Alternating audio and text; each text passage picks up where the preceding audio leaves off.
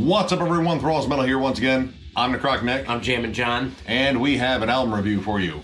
So yet another one that was on our list for the 15th of October was the first album in 9 years from Sweden's Aeon. God Ends Here. This comes out on Metal Blade Records. This is their fifth full length, again formed in Sweden in 1999. And this is their first album to feature new drummer Jana Jaloma. I believe I at least got his first name right. Probably not. But he's known for his work in Dark Funeral, also Ex-Bloodshot Dawn and Ex-Evocation. And, well, again, first album in 9 years, and it had been a while since I had actually listened to a lot of their earlier stuff, and I was a big fan of some of their stuff that came out, I would say, mid-2000s on Metal Blade. Me too. That's about the time I found them, and just brutal as hell. A Swedish band that seemed to emulate more of the bands that came out of Florida, like I would say, namely Deicide. There's a lot of Deicide, a lot of Cannibal Corpse. A lot. It's kind of interesting because, again, you know, Swedish bands, generally you think they go after the Swedish death metal sound like Bloodbath and Entombed. Nope. These guys love Florida and they love Satan. Or at least don't like Jesus. It's kind of a mix of the two. It's a thing. So this leads in with an intro track, The Nihilist, which is honestly the most musical of the intros/interludes because there are 5 of them on here. 5. And they kind of take up a fair amount of time, at least I would say 5.5 minutes of time on here. This one is actually pretty cool. It kind of leads in well. It builds with some really, creepy guitar harmonies and into essentially a death metal cover of the Omen score, which I'm probably going to bring up the Omen again because a lot of the interludes sound either like Omen or Elder Scrolls. Boss fights in a video game. I compared one to South Park's Imagination Land before the good and the bad fight. Something Mordor, something fucking hobbits suck. A lot of that. But when you get down to the real opening track, Liar's Den, you are greeted to a wall of chug. Like, this is pretty much foot on the gas. Let's just keep chugging along. This is very Cannibal Corpse style death metal.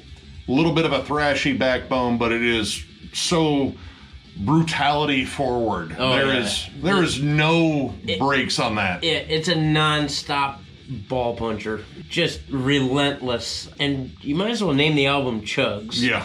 It's just suffocation and Cannibal Corpse chugs the whole way through. Pretty much if you bought stock in Chugs, the market is now flooded courtesy of Aeon, because this album is just relentless chugging. Some interesting harmonies here and there. Not a lot of solos. The solos are kind of like sparingly done. They're in there every now and then. And as far as like atmosphere, does brutality count as atmosphere? Yeah, I guess. The choir is used a lot.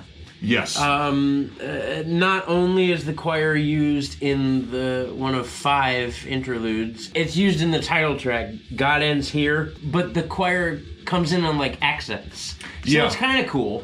And it's kind of more in the background, like you do get some like atmospheric, I don't even want to call them synths, they sound more like samples from like satanic horror movies and stuff like that, where they had like the gothic choirs in there and that sort of setting. But for the most part, they're letting the riffs do most of the talking. Well, and then the front man, who generally accompanies the riffs really well. Like, he has a cool syncopated growl. Dude kind of sounds like Glenn Benton, except I think he enunciates a little bit more. And yeah, the Deicide references, they're plentiful. All right, the Deicide aplenty. And he doesn't really leave that pocket. No, I mean, he has more interesting cadences than Glenn. I love Glenn Benton and all that he does, but his cadences can get a little kind of predictable. This one, he varies it up, and it kind of depends on the riff. But he will generally follow the riff in kind of a unique way, and really interesting alternating screams and guttural roars, and it's just a real in-your-face, like, kind of throat-shredding delivery. Church of Horror was a song that both of us liked. Chuggy Madness, you're going to hear me say chuggy a lot. But this song kind of reminded me more of Immolation-style riffs with a suffocation chug to them. The kind of off-time thing that they do between the guitar riffs and the drums, it just reminded me a lot of Immolation style. The riffs seem a little bit more chaotic, and Church of Horror actually has a very specific subject matter. Father Don Piccoli, apparently this giant fucking scumbag, actually was molesting deaf kids. And I love the fact that they actually said his name repeatedly in the verses, and I was pretty much, like, hey, they should just say his address. But apparently his address is in hell because he died, like, last year or this year. The best part is he's dead, because that's just That's a piece of shit move there. That's fucking foul. Yep. But I kind of like that because that gives that song just that much more of a personal punch, and it's already a punchy song anyway. Like this one, somehow they took their brutality and sort of ramped it up, and I don't know, like there is like this emotional, just like brooding anger there. The Meshuggah lead was cool. Ugly tapping. Yep. Not pretty tapping. Ugly, evil tapping. Yeah. And then Deny Them Eternity. This one straight up sounded like Evisceration Plague. Cannibal Corpse. The riffs and everything, just like, I've heard this before. The production is not that far removed in terms of at least the guitar tone from Eric Rutan's production that's on like Kill and Evisceration Plague. It's very similar. Like the chunky sound of it's just so damn aggressive. I think the drums sound a little bit tighter, but overall, like, the Cannibal Corpse vibes are pretty much inescapable. And it's interesting because it's not like that all-encompassing Cannibal Corpse sound. It's specifically Corpse Grinder era. Which you can hear in the vocals, because even when he gets into the higher pitched screams, like it straight up sounds like Corpse Grinder. Like the long, drawn-out screams occasionally just sound like, Corpse Grinder blowing a blood vessel in his neck, which I think all the blood in his body would leave in about 3 seconds. I'm pretty sure that's where all the blood in Corpse Grinder's body is right there. Yeah. Now for a break from the unrelenting blast beats that pretty much take over the front half of the album, it kind of slows down towards the back half. God Ends Here is a nice little groovy break, but you get back into more blasty territory with Severed and Just One Kill. But the last track, Queen of Lies, actually does something a little bit different. That's probably the slowest song in here. It is more groove laden, and kind of like the title track, it has some more atmospheric aspects to kind of dial up all the extra Satan that they couldn't conjure up, which seems surprising, on the earlier tracks in the album. It's kind of a nice break because this is where we get to the kind of main complaint about this. It is really repetitive, and it's a repetitive thing that I like because I love chuggy riffs. I love Cannibal Corpse. Who doesn't like chuggy riffs? I mean, that's one of the big things that brings me into death metal. Yeah. Is the bone-crushing, chunky, heavy, groovy riffs. Heavier than the heaviest thing that was ever heavy or something. Yeah. That doesn't make any sense, but chugs do. And that ended up kind of being the thing that was driving me nuts about this because it really goes to that well very often, up until the point where the songs become kind of indistinct. Like, it's kind of hard to pick out moments in them because they're very tightly compressed chugathons. They are, and you know what? Like, in my opinion, in death metal, it's great to put in verses or choruses or whatever, but sparingly. Chugs are usually saved for a breakdown, and all these songs are so heavily laden with chugs that you can't. There really isn't a breakdown. Like, the whole song's almost a breakdown. I don't want to complain and say that I don't like it, because it was good. They're good at what they do, but it is repetitive. Like, disgustingly repetitive. The songs are very formulaic. And, it's kind of odd because, like, we did just review Blood Red Throne, and that is formulaic. It is very meat and potatoes. It is driven by chugs, but, in terms of, like, comparing the two, they space out things a little bit more. I think they add unique leads and unique melodies and songs, and granted, it's very rooted in pretty much the same bands that Aeon is really sort of emulating here.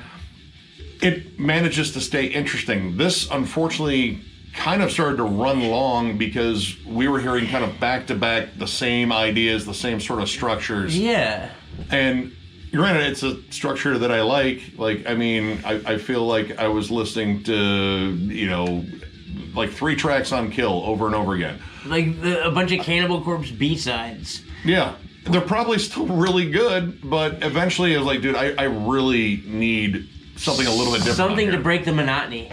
Something to keep things from going stagnant. And that's really wasn't here. And I just find it kind of odd that, towards the front half of this album, it is definitely more blast beat centric. Like, of course, there are groovy pockets in there because, you break them up, you get some good headbanging sections.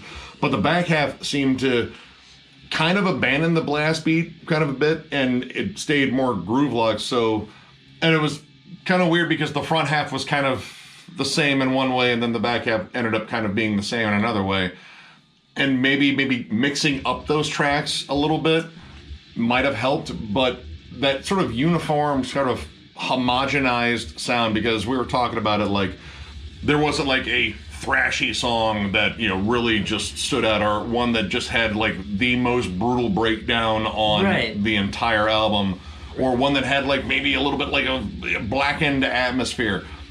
There's not a lot of dynamics to separate them. It's kind of the same ones repeated and rearranged ever so slightly. And it's not like you could say, like, oh, here's a great barn burner. For the most part, they're very short songs. Mostly like 2.5, 3 minutes. The last song, Queen of Lies, is 6 minutes. And you'd think that you'd be able to get a little bit more out of there. And while there was a little bit of differentiation in that song, I got reminded of Bloodbath and parts of it, which was cool.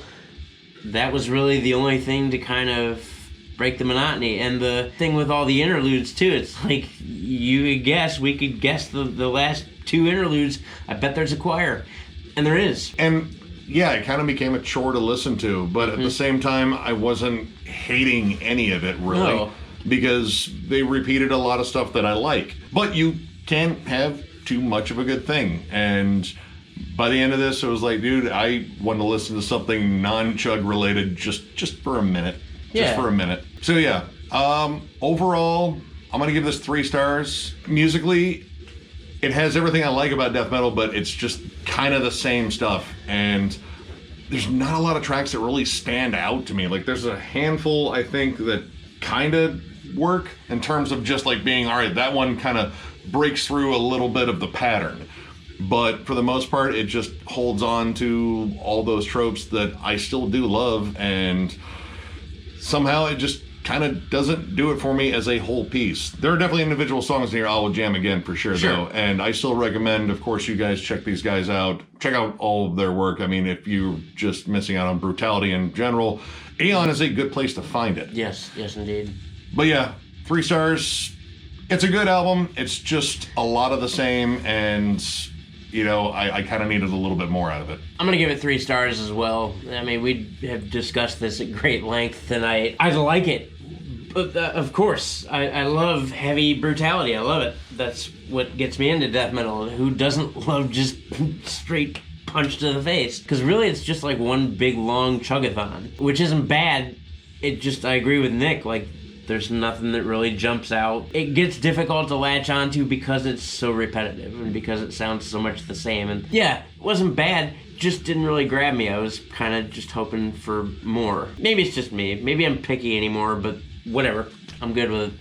3 stars. Still a great album. Definitely go check it out. And like Nick said, if you're not a fan of these guys, if you want chugging brutality, this is it. Yeah. Aeon's a good place.